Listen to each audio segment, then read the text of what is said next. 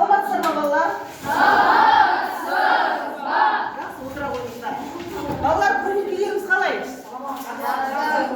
Бүгінгі сабаққа ең алдымен сәттілік тілеймін сіздерге. Сіздерге жақсы, жағымды ахуал қалыптастыру үшін мына тақтадағы гауһар тасты таңдайық. Қане, бастап бірінші топтан бастай берейік. Нешінші таңдайсың? 7. Сүйкімдісің. Бүгін біздің Еркежан бірінші сүйкімді болады. Жақсы. Келесі? 15. Мейірімдісің. 18. Отағансың. Ал? 5. Сіздер? 5. 5-ші таңдайын. Батырсың. Керемет. Жақсы, олай болса, ең соңғы сөзді таңдайықшы. Ең соңғы гауһар тастарды таңдайықшы. Бірлігі, иә? Тағы? Күшті. Мақалды жалғастырайық. Ал?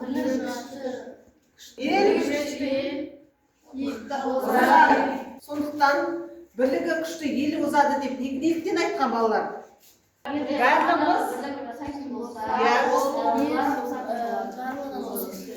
бірлік жасайтын болсақ, барлығы да озат болады. Барлығы алға басады.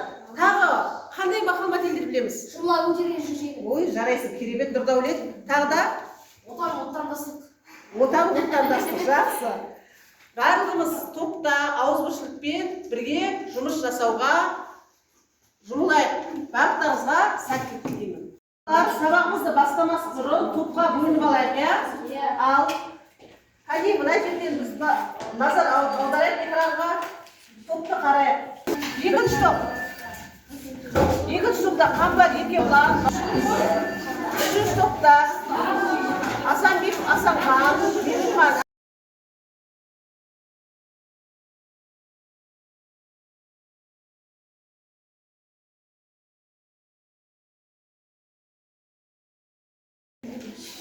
Жақсы, енді олай болса, балалар топқа бөлініп алды. Енді сабағымызды бастамас бұрын үйге берілген тапсырма қандай еді? Кім айтады? Мен айтамын. Атомдар, молекулалар, заттар тарауын қайталау. Жақсы, атомдар, молекулалар, заттар тарауын қайталау. Олай болса, сіздерге сол ұялы телефондарыңызды қолға аламыз. Сілтеме жіберілді, үй тапсырмасына шолу. Ретінде сұрақтар беріп тұр. Сол сілтемеге кіреміз. Яғни Word платформасына кіреміз, сұраққа жауап берейік. Үй тапсырмасына шолу.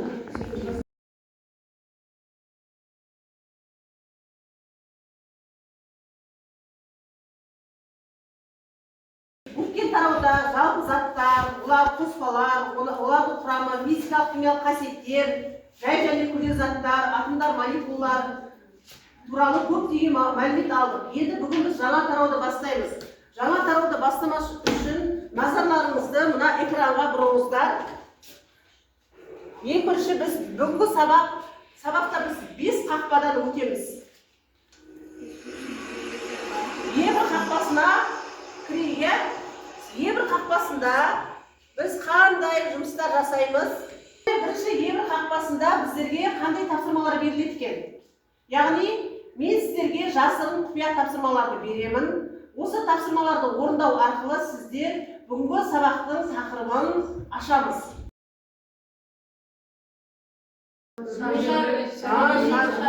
Неге? Ішіндегі ауасы бар. Ішінде не бар? Ауа бар, иә? Жақсы. Ауаның әсерінен шар өрлейді екен. Жаңа тақырыптың ашу үшін мен сіздерге жасанды интеллекттің көмегімен жасалған бейнелі сұрақ беремін. Осы сұраққа жауап берейік. Бір минут тыныс ала алмай тұра аласыз ба? Тынысыңыз тарылғанын сезесіз. Табиғатта ауа райы құбылмалы болып тұрады. Жауын шашын, қар жауып, боран соғып, желдің ұйтқуы ауа райының өзгерісін көріп жүрсіздер. Себебі оның ағзасындағы торсылда көтеруші күшке ие. Жақсы, сонымен қандай зат екен? Ауа зат екен. Сонда ауаның қандай қасиеті бар екен балалар? иә, бірақ біз үшін, адамдар үшін, жалпы жануарлар үшін тіршілікте маңызы Ауа және оның құрамы. ауа және оның құрамы. Бұлай болса, біздің тақырыбымыз ауа және оның құрамы. Ендеше қақпа екі қақпасы, яғни зерттеу. Үш топқа үш түрлі зерттеу жұмысын беремін. Осы зерттеу жұмысы бойынша бізде ең алдымен ауа және оның құрамы тақырыбына зерттеу жұмысын жүргізіп аламыз. Ауа құрамында оттектің 5/1 бөлігін алатын істе дәлелденеді. Енді аспанда аспаймыз. Су неге жоғары қарай көтерілді. Енді сұрақ жауап берейікші, қане. Сұрақ жауап беру. Сонымен ауа тобы сіздер жасаған тәжірибе бойынша қорытынды шығарайық. Зерттеу сұрағы Еркежан. Ауа құрамында оттегі бар екені қалай анықталды? Біз бірінші балауышанды жақтық. Содан кейін цилиндрді іске төңкердік. Содан кейін балаушан сөнгеннен соң оттегі таусылды. Цилиндрдің ішінде сулар ішіне су деңгейі көтеріле бастады. Неліктен көтерілді? Себебі оның ішінде оттегі бітті. Оттегі таусылған оның орнын Ауа деңгейі көтеріп су басты. Оттегі оның су басты. Жақсы, керемет. Оттек тобына сіздерге тәжірибені үш түрлі ыдыс көлеммен, яғни 0,5 литр, 1 литр, 3 литр банканы ала отырып, біз жанып тұрған балауышанға төңкереміз, иә?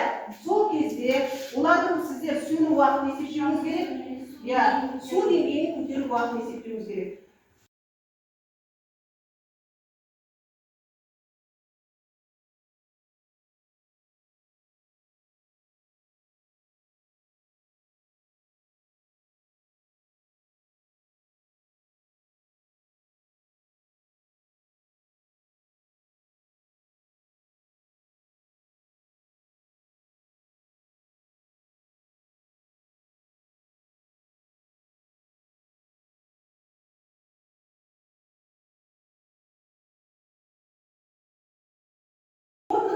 Айтып жіберсек, Назым, айта ғой.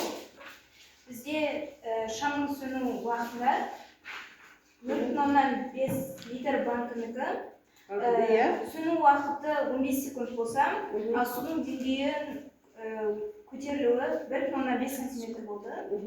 Ал 1 литр банкінікі сөну уақыты 40 секунд болады. Неге пропорция болып тұр? Тура пропорционал болып тұр.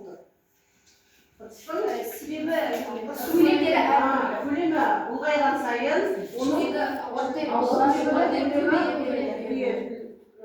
үлкен шамада болады, иә? Және сонымен қатар оның да сөну уақыты да жақсы, рахмет. Нөмір 6 зертханалық жұмысты бердім. Сіздер ең алдымен бұл тәжірибенің мақсатымен танысып аласыздар. Мақсаты ауа құрамындағы көмірқышқыл газын және су буының бар екендігін дәлелдеу, иә?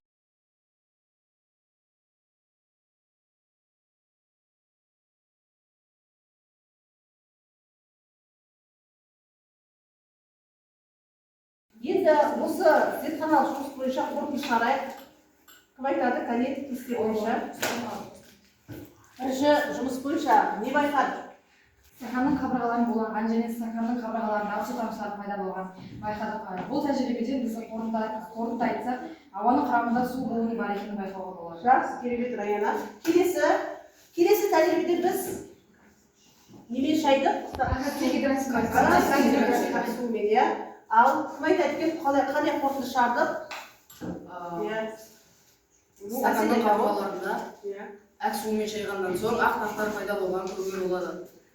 Осылай қорытындылай отырсақ, ауаның құрамында көмірқышқыл газы бар екенін байқауға болады. Жақсы, керемет. Бәріңіз түсінікті ғой, балалар, иә? Жақсы. Үш топқа үш түрлі тапсырма бердім. Бірінші зерттеу жұмысы ауа тобына сіздерге ауа құрамындағы бөлігінде оттек құрайтындығын анықтадық. Келесі топ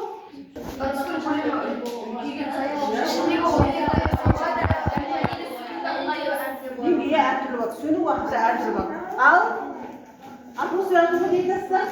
Қорытындылай келе біз осы тәжірибе арқылы су буының бар екенін және көмірқышқыл газының бар екенін анықтадық. анықтадық. Жақсы, керемет. Көміршіл газ қандай методпен анықтадық?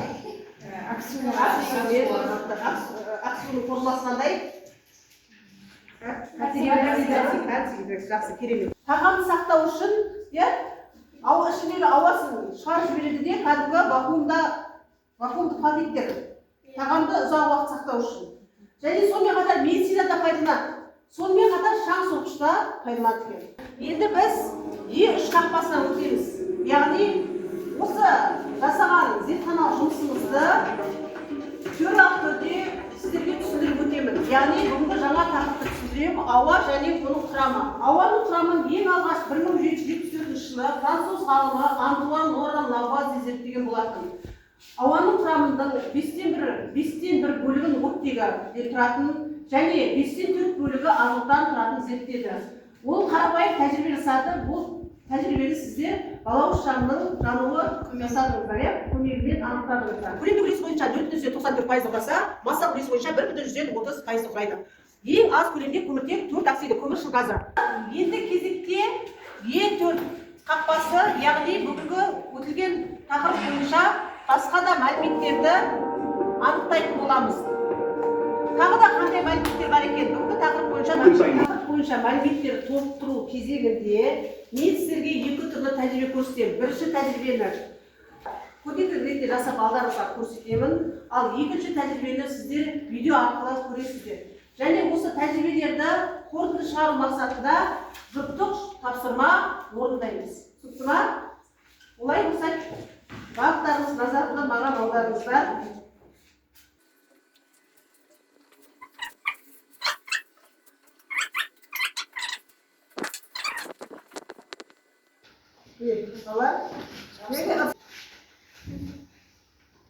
Ал бұл мәні неде? Қазір осы сұраққа жұптық тапсырма арқылы жауап береміз. Бұнда қандай заңдылық бар?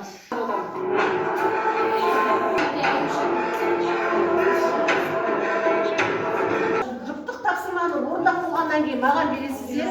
Рубрика арқылы бағалаймын. Егер нақты жоғары жауап берсеңдер, нақты ауа шарының пайда болу әсерін, көрмейтін күштің пайда болу әсерін екі дәлелмен дәлелдеп жауап берсеңдер, 2 ұпай аласыздар, 2 балл. Ал егер жауап жеткіліксіз болса, тек қана бір ғана дәлелдеме жасасаңыздар, 1 ұпай аласыздар. Ал егер жауаптары жалпылама болса, онда 0 балл аласыздар, 0 ұпай аласыздар. Түсінікті ме?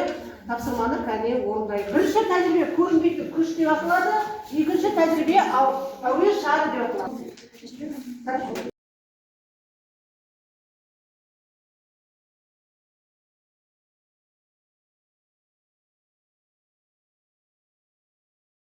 Жұптық тапсырма бойынша жауап берейік. Қай жұп орындады тапсырманы?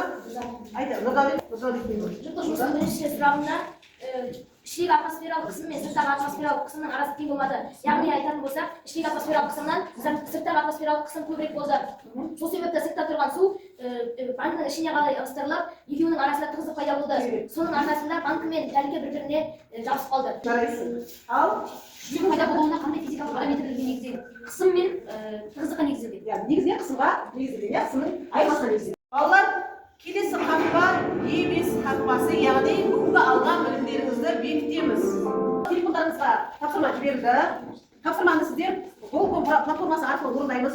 Жауабы бірден шығады. Бүгінгі сабақ бойынша жалпы алған білімдеріңізді бекітеміз және сіздер қандай деңгейде білім алдыңыздар, соны мен бақылаймын.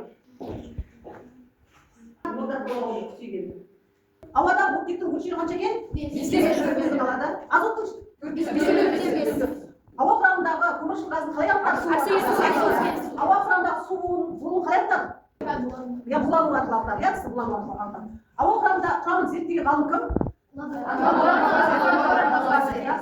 Олай болса, бүгінгі сабағымызды аяқтап, рефлексия жасап, бүгінгі сабақ бойынша 3 қ, яғни бүгінгі сабақта не құнды болды? Бүгінгі сабақта не қиын болды, бүгінгі сабақта не қызық болды. Яғни 3 қ әдісі сіздерге рефлексия жасап келіп тұр. Енді сіздер мына сілтемеге кіріңіздер, барлықтарыңызды ұялы телефондарыңызға жібердім. Бүгінгі сабақ бойынша сіздер рефлексияларыңызды талдайық. Тәжірибе қызықты болды, қызықты керемет, өте қызықты, сабақ маған ұнады, эксперимент қызықты болды. Барлықтарыңызға жақсы қызықты болған екен. Олай болса, сабақты аяқтаймыз. Үйге берген тапсырма ауа және оның құрамы және біліміңді тексер тапсырмасы білдік тезе тапсырмасын бірден алға дейін орындап келеміз. иә. Сонымен балалар сабағымыз аяқталды, сау болыңыздар. Сау